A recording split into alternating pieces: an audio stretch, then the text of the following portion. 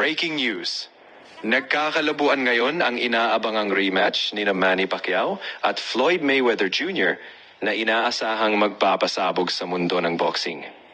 Matatandaan na unang inanunsyo na gaganapin ang laban sa The Sphere sa Las Vegas ngayong September 19. Ipinagmamalaki pa ng MP Promotions CEO na si Josh Mature na posibleng mabasag nito ang records sa boxing history.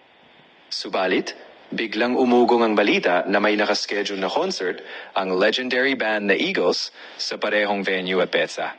Dahil dito, malinaw na hindi matutuloy ang laban sa September 19 sa nasabing lugar.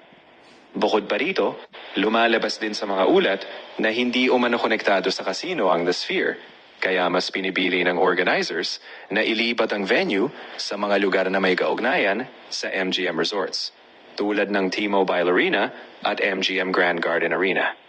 Dagdag pa sa kalituhan, mula sa orihinal na petsa na September 19, ngayon ay may mga balita na posibleng ilipat na lamang ito sa buwan ng Agosto. Kaya naman paalala ng mga organizers sa lahat ng fans, huwag basta-basta bibili ng ticket, lalo na kung nakalagay na venue ay The Sphere, dahil 100% umano na ito ay scam.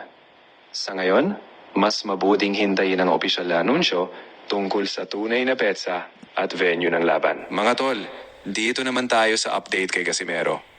1 buwan at 2 araw na lang, babanatan na niya si Nery sa Japan. Sa latest sparring niya, kitang-kita ang lakas at kumpiyansa. Pinaglaruan at binugbog lang niya ang kanyang kasparing. May mga eksena pa na nagpapabugbog lang siya. Parang wala lang ang mga suntok na tinatanggap niya. Ibig sabihin lang to, handang-handa na talaga si Casimero para sa laban. At hindi lang yan, may video pa na makikitang nagditimbang siya. Ipinapakita lang na disiplinado siya at bantay na bantay ang timbang para siguradong hindi mag-overweight. Kaya mga tol, mukhang may pasabog tayo sa laban na to.